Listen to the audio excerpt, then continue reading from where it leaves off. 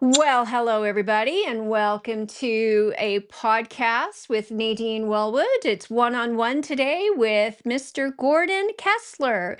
There's a name that some old-time Albertans may recognize very proudly. He's a little bit of a living legend here in Alberta.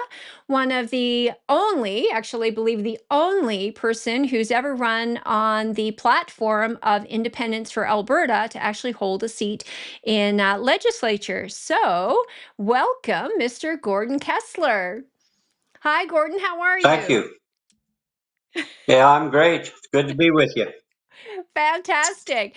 Gordon was a little gun shy. He's been doing lots of interviews, but he's selective. So I'm one of the privileged few who get to spend a little bit of time. We had a conversation the other day, and it was like, we have to share this. I was like, stop talking. We've got to record it.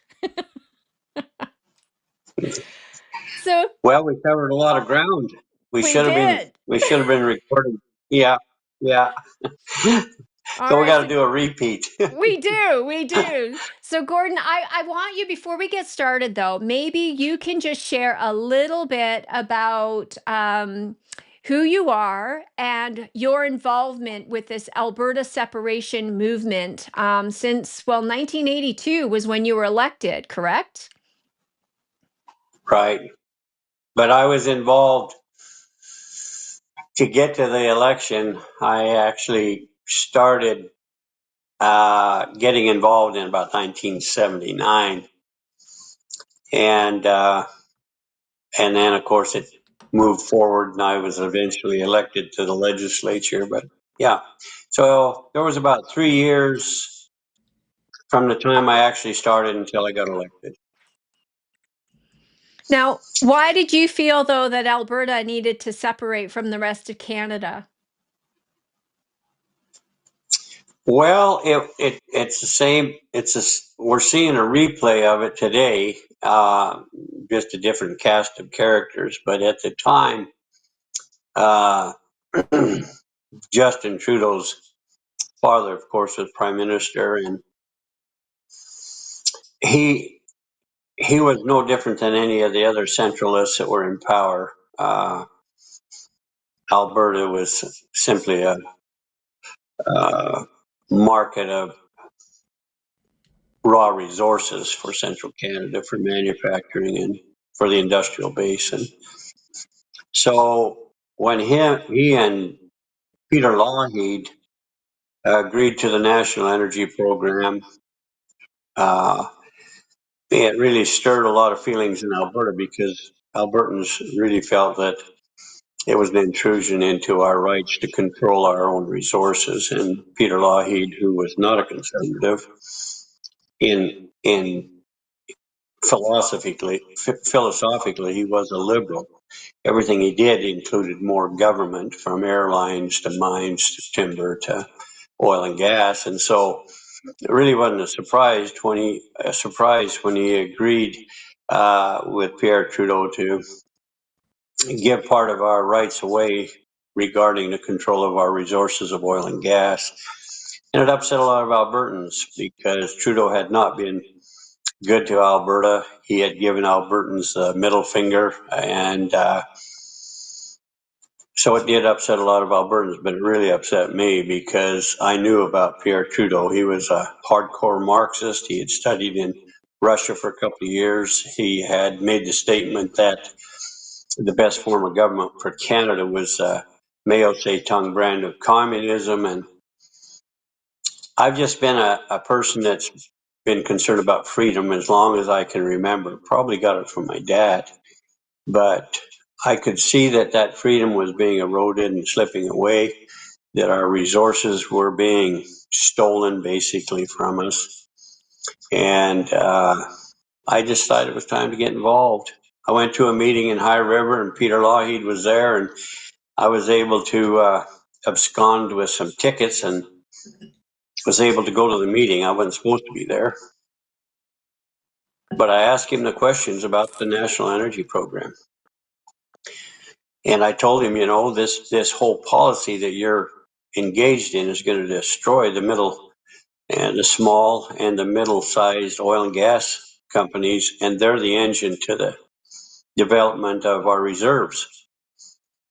the multinationals, they just sat on them and didn't do the development that these smaller companies were doing. And he didn't have any answers for me. And when I left the meeting, he was at the door. And he grabbed me by the shoulder and the elbow and he pulled me over and he said to me, "You rascal, you." And I looked him in the eye and I said, "Don't you call me a rascal." I said, "I've been a conservative voter my entire life. But I said, I will not vote for you again, and I'm going to find another avenue to try and stop what you're doing." And that was my beginning in politics. Goes Wow. back a ways. Because for so many political Albertans, Lougheed was a darling. Yeah, well, if they take a look at what he did, he had government involved in every aspect of Albertans' lives, from airlines to Alberta Energy Company to the Blue Ridge Mining Company, to lumber companies. I think it was Blue Ridge Coal Mine. But everywhere you looked, he had government involvement. And that's not conservative philosophically. Those aren't ideals of conservatism. And he was a federalist. He was a real federalist, and uh, he did some good things for Albertans, of course. But a lot of the things he did for Alberta were geared towards giving the federal government more power. And most Albertans weren't aware of that. So, yeah. Wow. Interesting Wow. times they were, and they're more interesting now. Way more interesting now. Because not only do we have the impact of the federal Marxist liberals, NDP, but we have now the influence of the globalists, the World Economic Forum, the United Nations, all of these groups that are tamping down on the freedom of individuals. And that's my concern. The resources are important for a strong economic base for Alberta. They are absolutely imperative. And they are the engine that will drive the economy. But above all, the economy means nothing if we lose our freedoms. And that's what I see coming down the track. All you got to do is look at what happened with the convoy and how they were treated, and freedoms that were usurped during that period of time when bank accounts were seized. And look at the Coots 4. They were set up, and I mean, they still haven't had a proper day in court. And they're still suffering from a belligerent, overbearing government, and including the RCMP, I might add. And so, if we look closely at what's going on, every day more and more freedoms are being usurped. And that's my main concern. What kind of future are we going to leave our children and our grandchildren? And Albertans need to be aware they have no control, none, over their future. I don't care how loud Danielle Smith speaks. And I know that she's making some bold threats against Carney and company, an unelected prime minister. And she's making all those bold threats. But the fact is, the election is determined in Ontario and Quebec. And once the election hits the Manitoba border, it's over. Albertans need to understand, when they go to the polls, they're going because that's a part of democracy. And we all should participate in democracy. Everybody should participate. I would never discourage anybody from going to polls. But you need to know that when you get there and cast that ballot, it means nothing, absolutely nothing, in terms of the policy that comes out of central Canada. You have no control of that. And so when they decide that they're going to take all of your rights from you, you have no way to stop them. And the charter of rights and freedoms, it says, notwithstanding all of these rights that we have given you now, if we decide that we should take those rights away from you, we will make that decision. So they can take all the rights that they guaranteed, supposedly. Now, with the bottom, at the very bottom in that clause, notwithstanding clause, they have the right to take away those rights and freedoms that they already once gave you. So they're temporary, Well, depending on how the questionably, a government right wants to is, deal with the future. yeah, questionably, Pardon me? I always tell people when I'm talking to people about rights, it's like you have to understand that what we have in Canada are not rights, they're privileges. The government grants privileges, the government doesn't grant rights. God, in my opinion, grants rights. You have the right to life, you have the Well, right to earn a living, you have the right to raise your family, you have the right to your opinion, free speech, all of those are rights. When the charter was implemented and they included, the Bill of Rights and Freedoms into this, I went at that stage, I didn't understand what was going on because they spin this like, oh, this is so amazing, we're enshrining these rights that you have into law, nobody can ever take them away. And all it did was, in essence, give more power to a government who, this is what rights are about, protecting you from these very individuals who form government, because they're just people too. So, Canadians are left with, I think oftentimes misled down this garden path, and then only to find out at the end of the day that they were sold a bill of goods that doesn't materialize. And Alberta, I think, has been at the wrong end of that for a very long time. I want to touch a little bit on what you were talking about with Danielle Smith, because Danielle is talking a tough game. I think you've already alluded to this, that there's nothing really she can do. She can talk all she wants. She's now saying that, give us what we want, or we're going to do another fair deal panel. We've done two of those here on already. I see this as nothing but stall tactics and this threat without really, so it's all bark no bite. What's your opinion on that? Well, I think it's all smoke and mirrors. I think she's bolstering her favorability ratings with Albertans and knowing full well that she has no control. Whatever, if Carney becomes a prime minister, and I certainly think he will become prime minister because of the things that are going on behind the curtain. You've got the Communist Chinese influence in the Canadian elections now. You've got the World Economic Forum and all of their chosen, they've already said that they've infiltrated the Canadian political system and they have their people in place. And I think between those two influences that he will probably get in. And I think that her being able to stop his net zero carbon policies and shutting down oil and gas isn't going to happen. I just read an interesting article, really interesting thing about Mark Carney.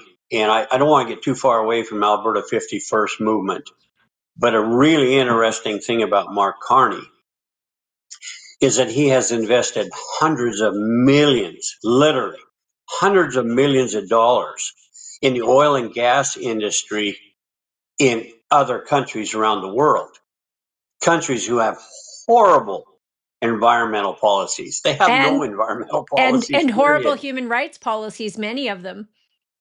Horrible human rights policies. So he's counting on making a fortune by importing their oil into Canada. He's not going to stop. He's not going to stop bringing oil and gas in, only Alberta oil and gas. He's going to bring all this oil and gas in from offshore, all these third world countries that he's invested in, and then he's going to mark the price of that oil and gas up. And somewhere in the Cayman Islands, he's going to have a bank account that just keeps getting fatter and fatter and fatter, and the Canadian people will be totally oblivious to it. Now, that's separate from Alberta 51, but it should give everybody a little bit of insight into what kind of a thug Mark Carney is. He is an international thug. The Prime Minister of England said that he totally destroyed the British economy, just about brought them to their knees. they're still trying to recover because of Mark Carney policies. That's what he's bringing to Canada. Well, not only So that, he's being investigated for antitrust laws in the U.S. right now because of the policies that he's implemented.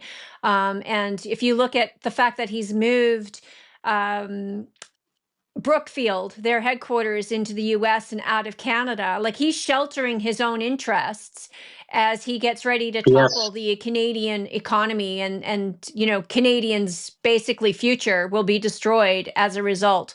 But it's amazing how many Ontario and Quebec people don't see it. I don't know if it's because they don't want to see it or if they just don't know, they don't take an interest what it is. But everybody looks at his resume and thinks he's a darling. He's the best person to take on the big bad wolf now called Mr. Donald Trump and all these tariffs, which, yeah, maybe you want to share a little bit of your thoughts Orange about. Man bad, Yeah, Orange Man bad. Orange Man bad. Absolutely.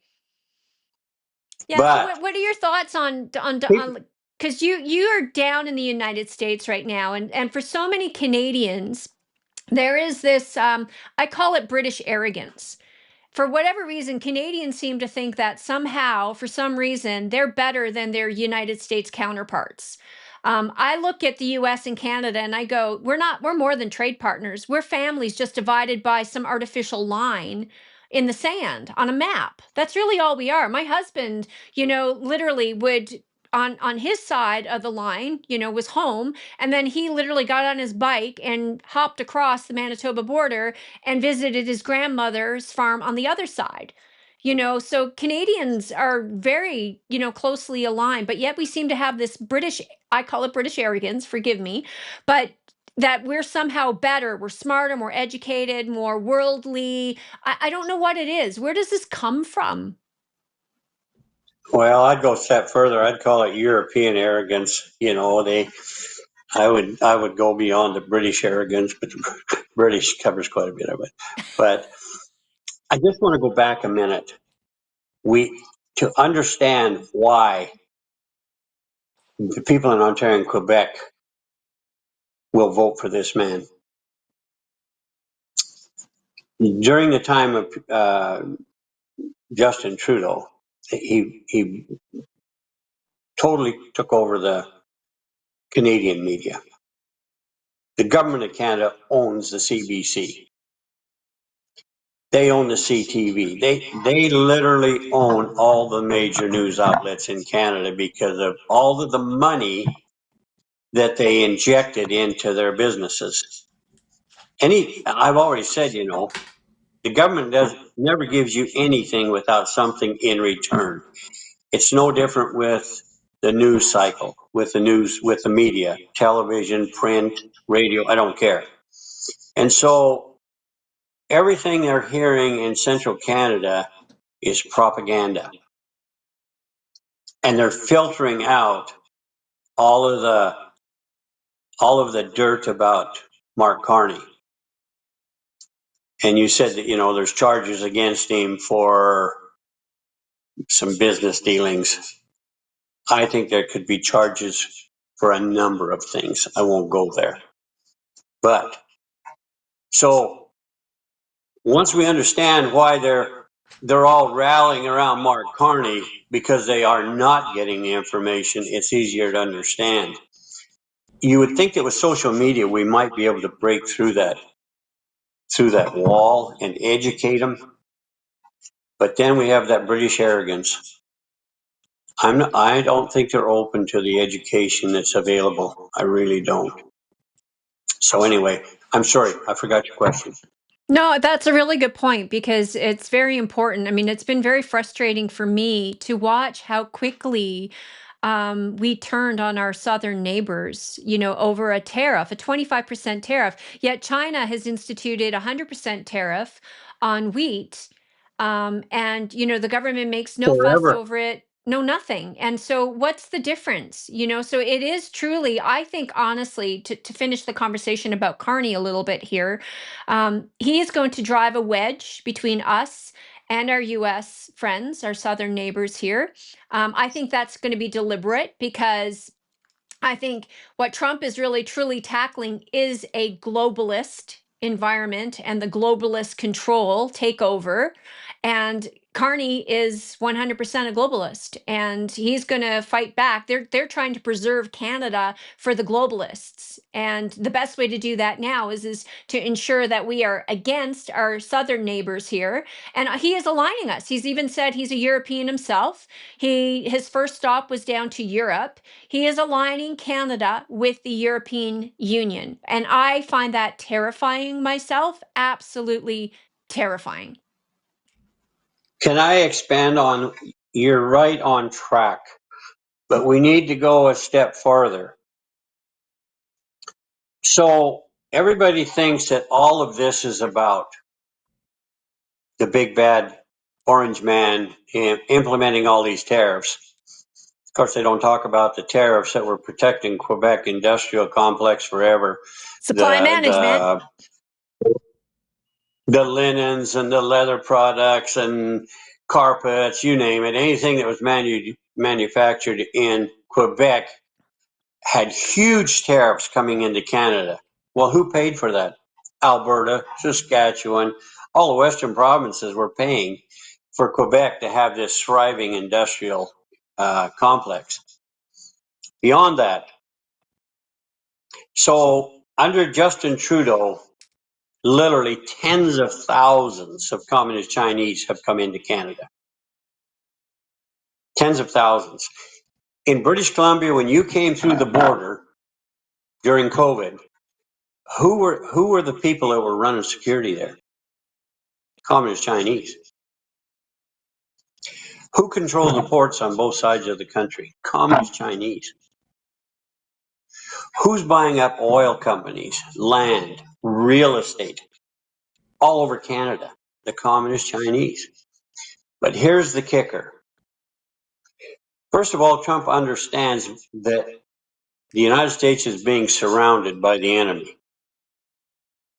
The biggest enemy is not Russia. The biggest enemy is Communist China.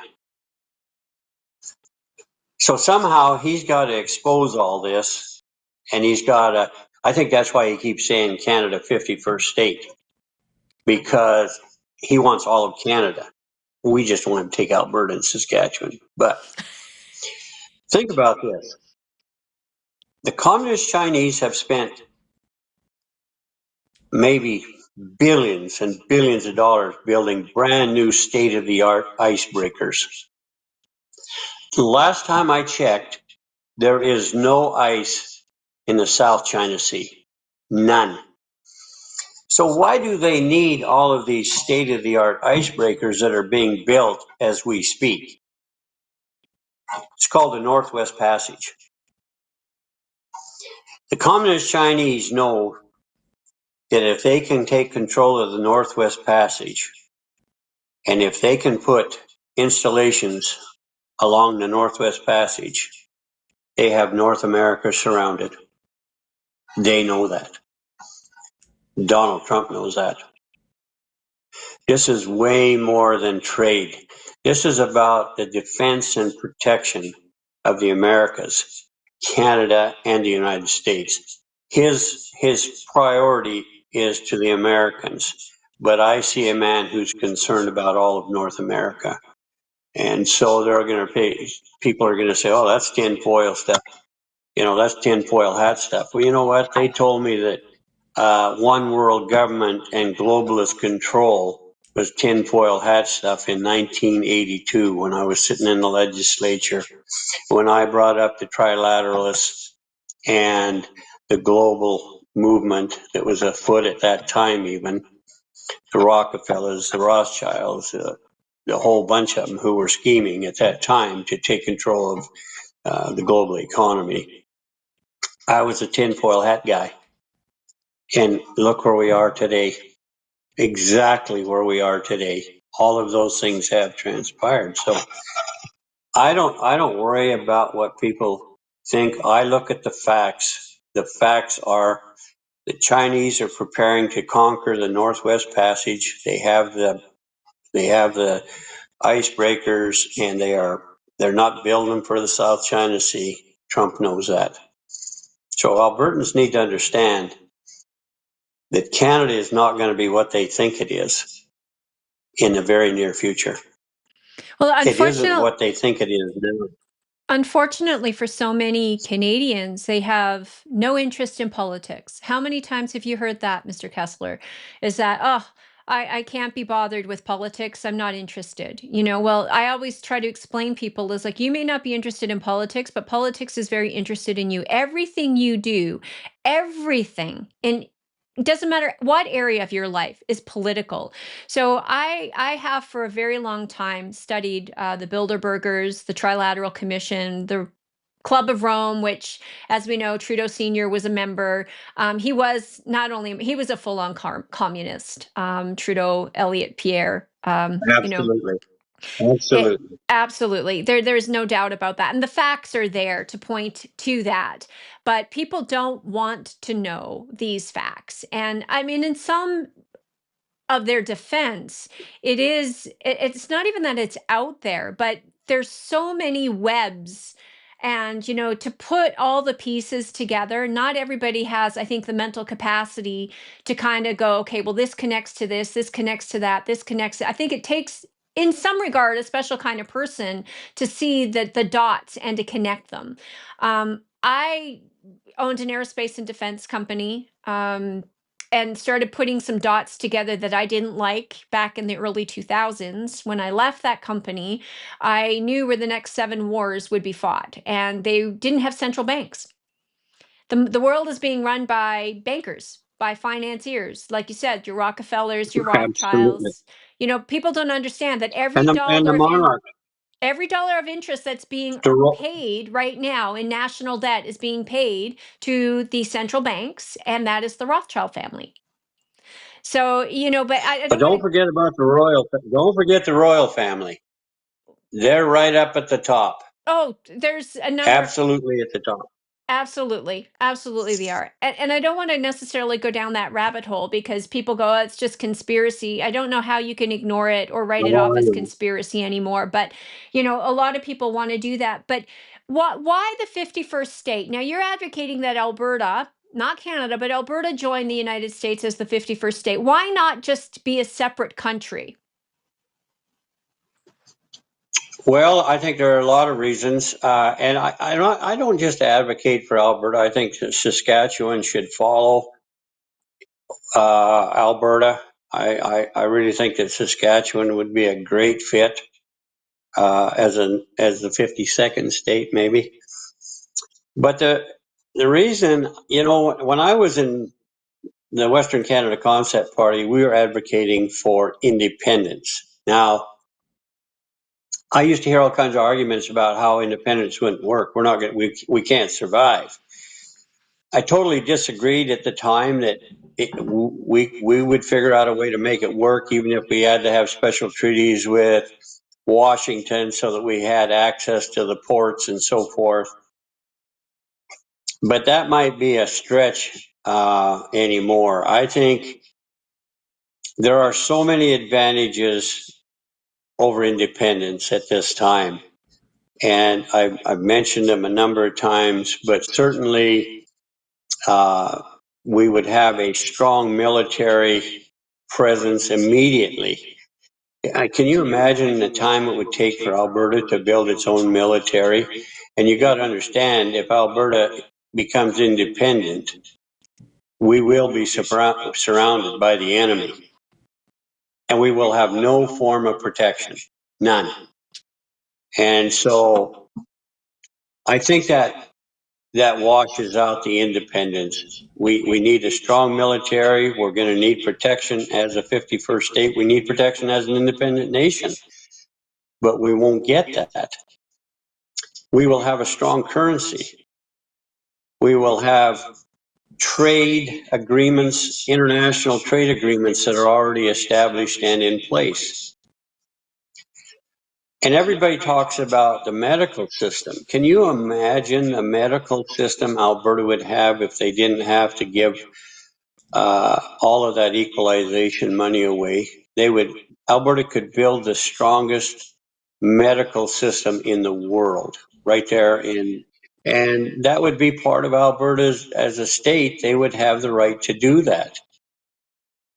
we would have a marketplace of 300 million people instead of 35 or 40 million. And so there's just a myriad of things that would come with becoming the 51st state. And if we decide to go independent, we have to develop our own currency. We have to develop our own military. We have to develop our new treaties and trading agreements. How many treaties and international treaties do you think Alberta could sign as an independent country when Canada would be fighting with those same trading partners and saying, don't sign these agreements, we're going to starve them out? And I'll guarantee you that's what's going to happen. As far as the oil and gas, we would have access to great refineries. We would have the money from not sending equalization payments to Quebec mainly to build massive refineries in Alberta to produce and refine our own products. And then we would have a marketplace, the entire United States, to send those products to. So, I mean, I just think that the advantages are overwhelming to become the 51st state. Well, I think for a lot of Albertans too, I think it's important to recognize that a lot of the states have their own separate terms, their own contract with this They have their own republic. constitution. Right? Yeah. So, I mean, Yes, the agreement that exists between Texas and the United States is different than the agreement that exists between Puerto Rico and the United States, for example. So, I think we would be able to come in and negotiate the terms of our own future as to what we expect and what we're willing to live with. And I don't disagree. It's 10 times the economy. Now, what are some of the what would you think would be the healthcare one is the biggest one that I get objection to. And, even here in Alberta, money is not the problem. It really is not. We have the highest budget of any of the provinces as far as healthcare goes and some of the worst service. I mean, that's not just Canada, that's right here in Alberta. And the reality is, Danielle Smith recognized that AHS, when she got elected, was a huge problem and that we needed to fix that. And part of it is too much administration, not going to the front line into the services. And I think, honestly, it's not enough options, personally. I mean, I have an alternative health diploma as well. And I think there's much to be said about people being proactive in trying to maintain their health and before they get sick. And right now we have a system of sick care. We have to replace this, replace that. absolutely. And I was really Yeah, excited there's when. no incentive. The government doesn't give people an incentive to stay healthy. They give them an incentive to be sick because they keep telling them they have free health care, when in fact the taxes are about 35% higher than they are in the United States. So their health care is extremely expensive, extremely expensive. But you're right. Down here now, they're moving more and more to that wellness idea. We want you to be well. We go in. We get, actually, with no charge, one a year, a wellness checkup. And you go in, you get a wellness checkup. Doctor tells you what you need to do to change your lifestyle so that you're healthier. Tells you to make these changes and these changes, and I think it's working to some extent. But we need to get away from the mentality that there's a drug for everything that ails us. I mean, we've got to figure out that fruits and vegetables and good diets and good exercise and those kinds of things are a much better way to secure good health. So what you're That's saying is just my that opinion. life under the Donald Trump, dictatorship, totalitarian regime that everybody is being fed on every news channel in Canada is not necessarily true. No, it's actually, Donald Trump is, uh, and this would be a great advantage for Alberta. He's knocking down all the walls of regulation. Like he said, for every regulation, we're going to get rid of 10. So, they want to free up the marketplace. They want to free up individuals to get back in business, because under the other regime, People were totally discouraged from starting new businesses or operating the business that they owned. And Donald Trump wants people to be entrepreneurs. He wants you to start your own business, and he's got incentives built in that are going to help you succeed. And that's what Alberta would have. I just want to go back to the Texas example you mentioned. I'm glad you brought that up. That's so crucial. Texas has their own constitution. They are the Republic of Texas. And they have special status because they negotiated that special status when they agreed to join the union, kicking and screaming because they're proud of their independence. And I think that's where Alberta should be. I think they should be proud of their independence, the Republic of Alberta, 51st state, and I think they need to examine the Constitution of Texas and model a constitution for Alberta after the one that Texas has modeled, because it gives them more control over the state's destiny. And I think that would be a great start for Alberta to write that same constitution, make some modifications because times have changed, but it's a starting point. And can you imagine if Alberta had their own constitution, what they could do, what they could write in there? It'd be amazing. Be the strongest state in the union, and there's no doubt about it. With the resources, with the people. Everybody thinks resources, I'm talking just oil and gas, but I'm not. I'm talking about people. I'm talking about agriculture. I'm talking about tourism. I mean, mining, lumber. The resources in Alberta are just absolutely amazing. It's not just about oil and gas. And the biggest resource is people, I think, and hardworking, industrious. They're irreplaceable, and to stifle them with regulation, I think, is detrimental to Albertans, detrimental to Canadians. And so the more freedom we can give people, the less regulation, the less government, the healthier the population will be, I don't physically, mentally, economically. Yeah, I don't disagree with you. I think Alberta has a different mentality, a different work ethic than the majority of the other provinces within Canada. I moved here 20 years ago, and I got here and it was like this, I'm home. These are my people. I grew up, in an era Yeah. where my dad was, you work hard, you leave things better than you found them, and there was a good work ethic there.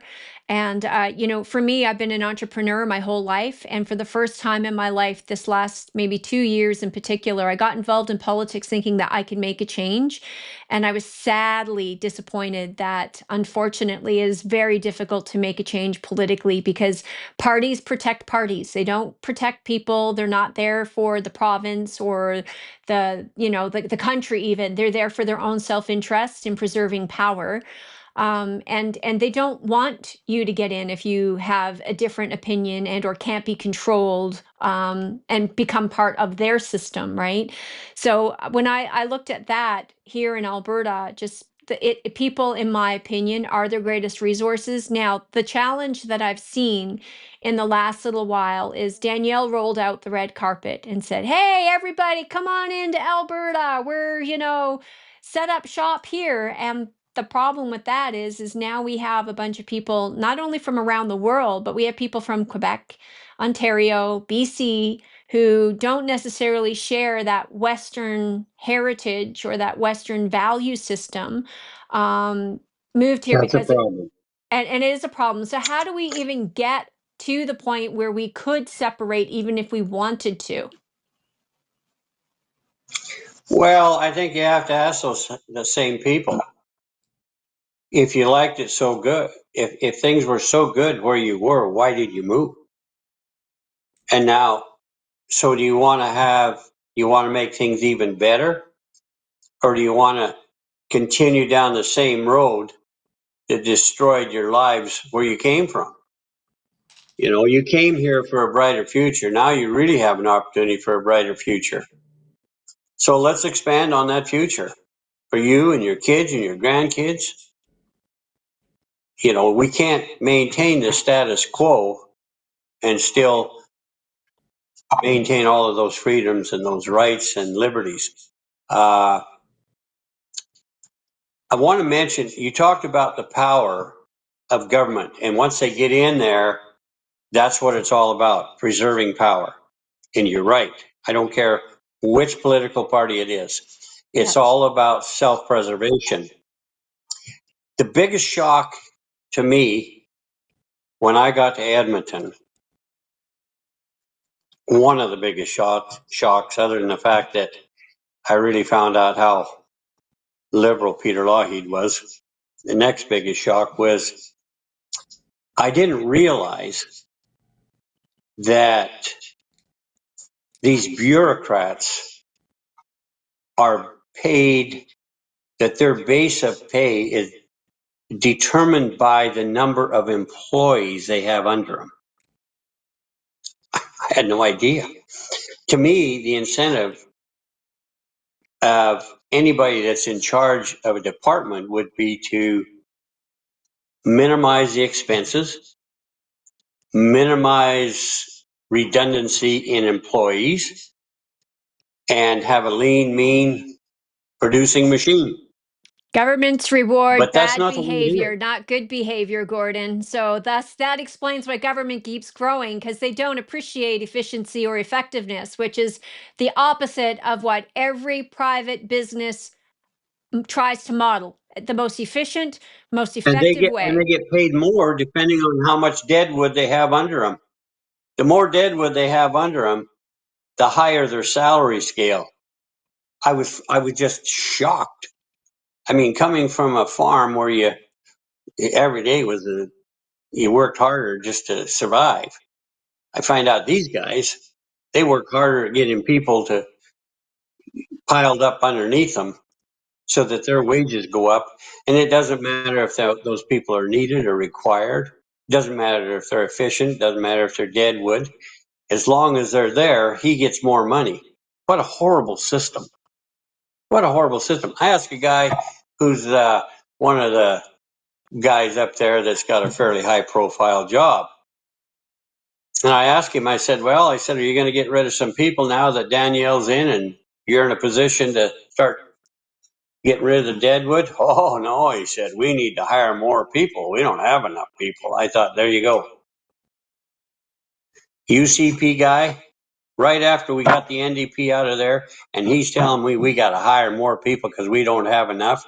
And you know that those departments are just full of waste after the NDP were in there for 4 years. You know it. But that's how quickly they fall in line. It's not good. No, and that was a big eye Anyway, opener for me. When Danielle got elected, I was so hopeful. I did advocate, she was the best option we had at the time. And I thought, okay, we could actually make some change. She promoted herself as more libertarian even than conservative.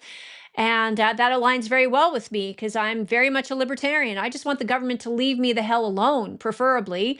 Get out of my way, right? Let me do what I need to do. And I have never been so disincentivized to do anything in this country in all of my life because I don't feel like I'm working for me at all. I'm working for everybody else, including the government. But there's a lot of dead weight and a dead, as you say, dead wood that I'd love to see our Canadian version of Doge. I'd love to see a provincial version of Doge. I'd love to see a municipal version of Doge here, right here, in my own little tiny community of Cochrane.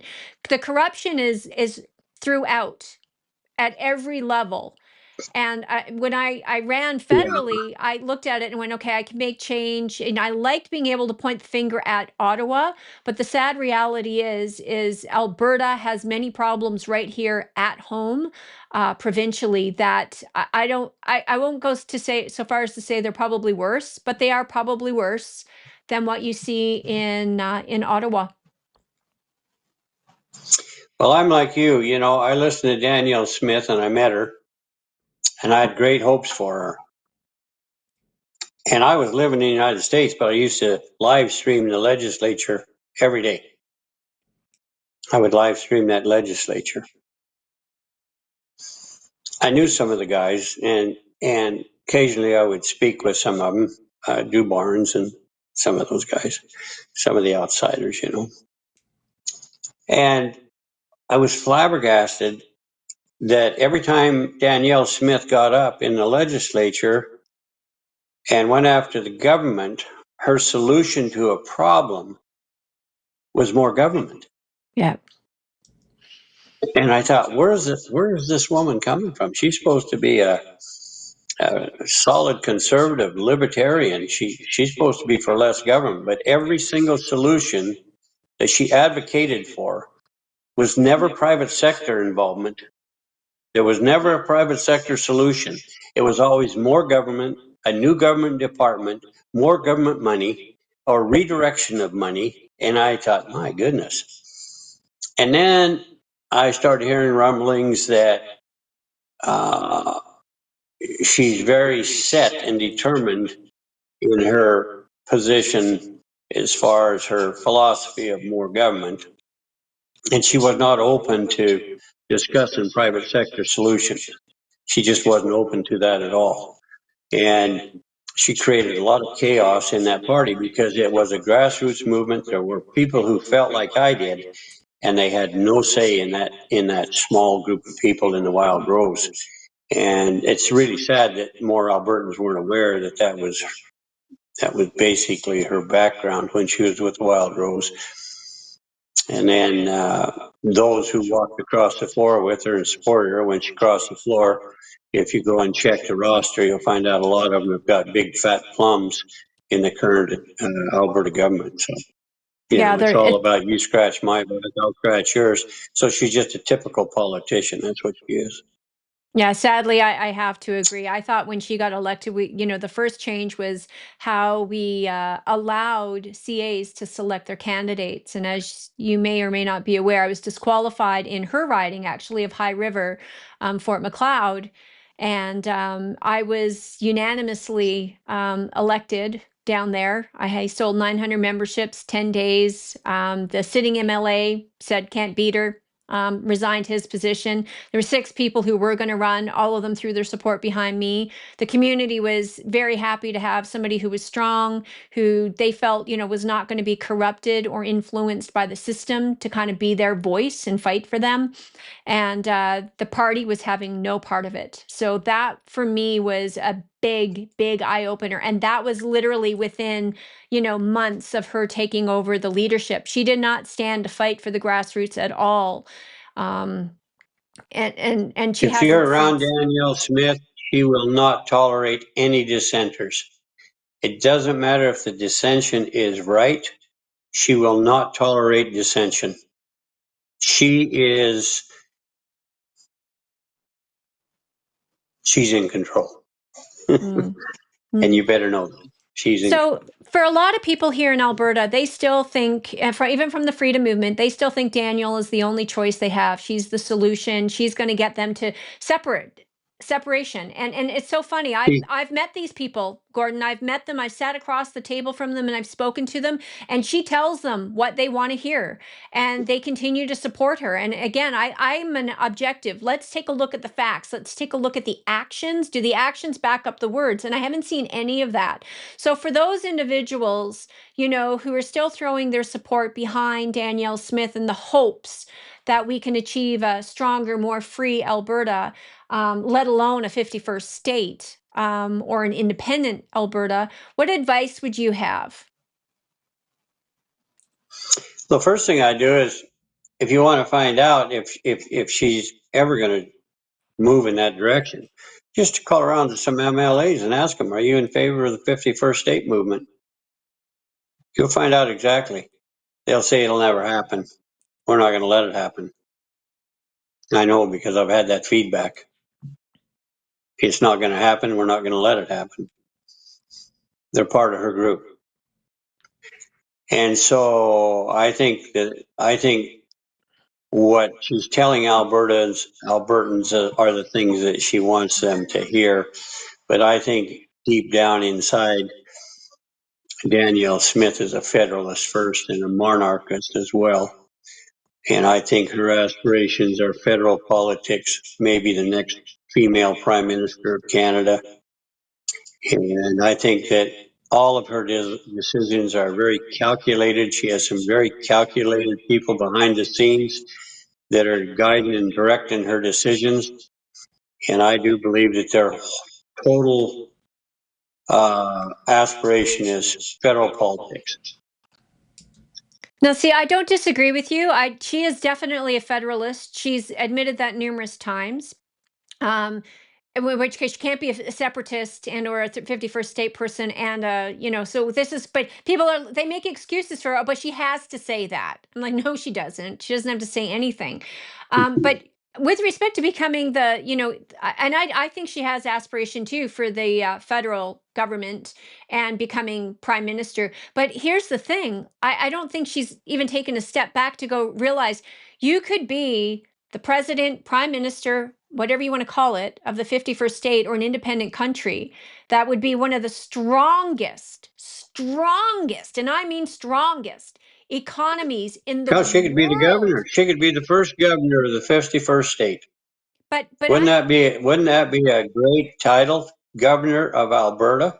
Well, I mean, you want to talk about going down in history, though. And I mean, Alberta has got such strength and so much to offer. And I think Canada's on the decline. Like, I mean, Canada for the last decade has had zero growth, zero, like 0.5. I mean, zero. We are Exactly, so far exactly. Yep. behind the other G7 countries.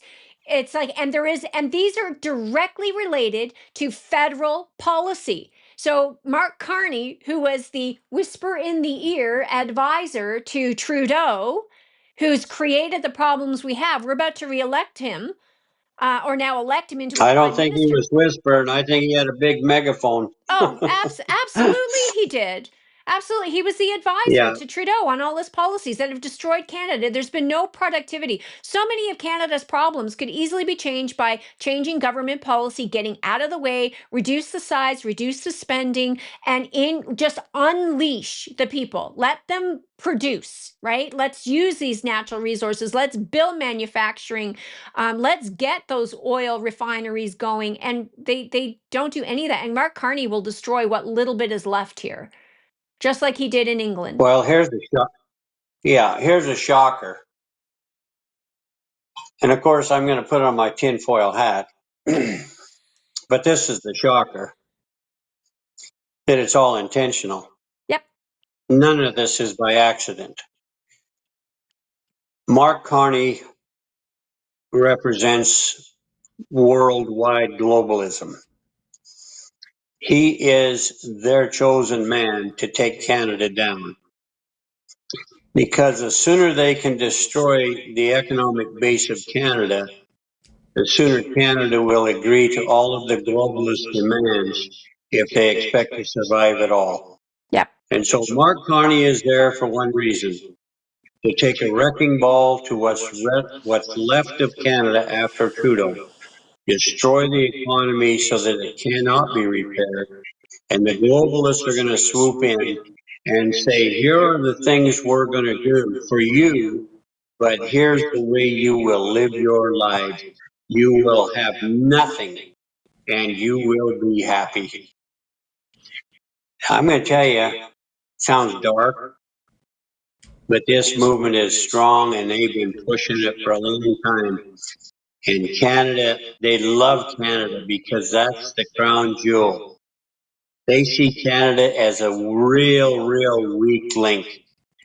And they're going to come in there and Canada's going to be the big victory. They're going to destroy Canada. They're going to take Canada over and you will live by globalist rules.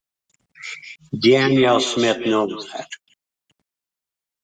Danielle Smith knows that because the globalists have already started their big moves in Alberta with these 15-minute cities and towns and whatever. She knows that's going on. But anyway, I'll take that hat off again here. Well, I had hoped when you said what you did, I don't disagree. I had hoped that Danielle literally hadn't thought that through because, I would much rather lead over a strong, prosperous, free, smaller country as far as the number of people in land mass, but economically just a juggernaut.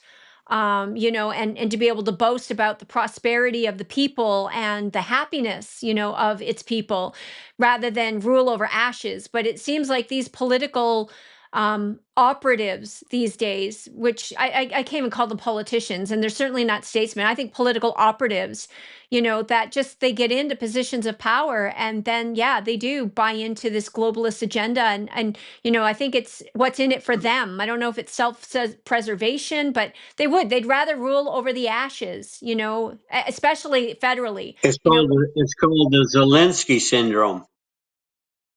It's called the Zelensky syndrome. Rather have all of your people killed and destroyed, rather lose your country so that you can rule over ashes. And sadly, that's pretty prevalent in global politicians nowadays. It's all about power. They see the globalist movement have convinced a lot of these leaders that they are elite, that they are way smarter than the peons that they govern. If you've listened to some of the World Economic Forum conferences, they come right out and say that they will govern the weak and that they are elite. And sadly, many, many politicians actually believe that line of nonsense, that they're smarter than the peons and they would rather rule over ashes than change their position on all this globalist nonsense that's going on. Yeah. Wow. Anyway, we covered a lot of ground. We did. We did. It's been a pleasure. Yeah. This is, the second lengthy conversation I've had with you, and just every time I learn something new, and you just put things in such an eloquent perspective and from such a place of experience. And I think that's really what I appreciate the most is you've lived it. You've been there, seen that, done that. You got on the inside. You did manage to get in there, only to firsthand experience the corruption, the rot back then. And here we are 40 years later, and it's not gotten any better. It just continues to get worse. So for me, I just hope when Albertans listen to this, they hear this, they start to think about things differently. I always tell people we're one of the few species on Earth that has to ask permission to build a home. Like a bird doesn't ask to build a nest and yet here we are, Good analogy. right? We have to ask permission to Not do only that, they tell you what everything, color your nest can be. They tell you what color your nest can be. right? It's just Yeah. and now like you're seeing it around the world. You're not allowed to grow your own food. Oh, that's creating carbon emissions. And I'm like, they have made humanity, the human race is the enemy to the globalists. Why? When they talk about CO2, I'm like, we are the ones who exhale CO2, right? It's like, so And God created man to have dominion over the earth. But they've all forgotten that. oh, they haven't And now they forgotten. want the chimpanzee. To your Huh? point, they haven't forgotten. People think the system is broken. It's not broken. The system is working exactly the way it was designed to work. It's just not working for the middle class and everyday Canadians. It's working for the globalists. It's working for the elites. And I really honestly think if Canadians want to see Canada saved, I think the best shot that we have is for Alberta to separate and save itself, and then show the rest of Canada what needs to be done, because I don't see any other movement or any other discussions anywhere. Quebec has been very good at protecting itself, and it's been on the take, and in particular Alberta for, well, ever since Alberta joined Confederation. And they've done something right, in my opinion. There's a level of admiration for what Quebec has actually done to protect its own culture, and they are a nation within a nation. I mean, there's a statement in and of itself. Canada has never been one country ever. We have multiple nations within Never. nations. Yeah, so people need to try and find that video that's out there, Canada, the Illusion. It's very, very good. And it points out all of the mistakes that were made and why Alberta really was never ratified as a province of Canada. The monarchy never did ratify the documents that were sent to England for that ratification. It never happened. And so I think if we had good lawyers who were interested in saving Alberta, they might want to research that, look at those documents, and take a stand for Alberta. I see some of them are suddenly come to the late party lately, but they're wearing their cowboy hats and their cowboy boots and they're talking separation. And I think they're about, you know, they're a long ways late coming to the party. These are the kind of people that should have been involved long ago, but suddenly they've discovered separation and independence. No, I think they're a false flag, to be honest. You're talking about Jeffrey Rath here. I think these people are doing That's one of Danielle them. Smith's bidding. Danielle is very good at giving people tasks and keeping them busy. And when Jeffrey Rath came out and spoke about the Commonwealth of Alberta, I went, hell no, I'm out. Right then and there was like, no way. I am not interested in recreating a system that has failed miserably. I do not want the Another monarchy, colonial system. right? Exactly. Yeah, who wants another colonial system? I want nothing to do with the The colonial monarchy. system has been a disaster. We need a Yeah, constitutional republic. That's, in my opinion, the only way to do exactly. this. And we need to negotiate our own terms. Well, I'm going to tell you right now, when I see lawyers involved, I always get a little nervous, and I always start asking, what are the ulterior motives that are going on behind the scenes?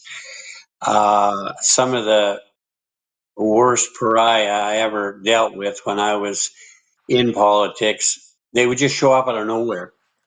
Yeah. These lawyers. And then I would come to find out, well, the reason they were there was to try and destroy the party or to destroy me, and that they were part of Peter Lougheed's henchmen, and they would just show up out of nowhere and volunteering to help. Of course, we're here to help. We want to know everything you're going to do, and we want to know everything you've done, and we want to know where you're going with this movement. And then, of course, they could trip right back over to Peter Lougheed and say, here's where they're going and here's what their plans are. So Yeah. I'm always pretty skeptical. Yeah, and Yeah. I see just more of that happening here right now. Well, Gordon, I promised I wouldn't keep you any more than an hour. I'm 2.5 minutes late. I'm over that, but for thank you so much. We are going to stay in touch. And maybe in a little bit, once we get through the election, maybe we'll do this again, and we can talk a little bit more about Mark Carney and the sense of urgency in which this needs to happen. But a pleasure. I think, Albertans are so fortunate to have such experience and wisdom, shared by yourself as somebody who's lived it and been there and seen it. And I think they'd be foolish not to listen. Well, I put a little video out the other day, and in the closing, and I'm serious, I live in the United States, but I'm born and raised in Alberta, and that blue flag runs in my veins. I love the United States of America. It's been so good to me. But I pray every day for the people of Alberta that they will see the light, that they will make the right decisions, and I do pray that they will find great leadership to move this Alberta 51st movement forward. And I get all kinds of pressure to be the leader, but you can tell by the color of my hair, I'm a little old to be start leading new political movements. But I really do hold a special place in my heart for the people of Alberta and for the province and the heritage of that great province. Alberta's got the greatest heritage of any province in Canada, without a doubt. And I hope they don't. I hope Albertans don't lose it. I really hope they don't lose it. Yeah. Well, God bless you very much. Take care. Nice Well, to have a visit with you. everybody, I hope you do like this video, please do share, subscribe if you're not a member of this channel. And, there's a lot of wisdom, truly a lot of wisdom in what Gordon has had to say here today. And I think truly, honestly, Albertans would be remiss, absolutely remiss, to not heed his words and look at things from an objective perspective. What is the fate of Canada if we stay at this stage, under a Mark Carney, or any real federal, but especially under Mark Carney. So do share, and God bless you all.